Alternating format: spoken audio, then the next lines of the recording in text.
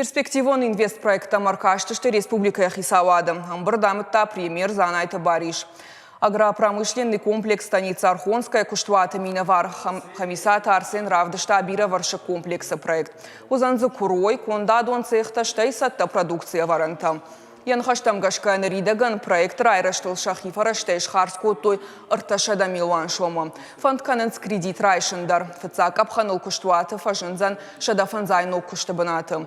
Ноджмайу проект агротуристон забахканан компании Шали. Нхаш сауы фышыму атамака тыджарыштадыл. Перспективон инвестпроект тықшан қауон хазара дон куштватын.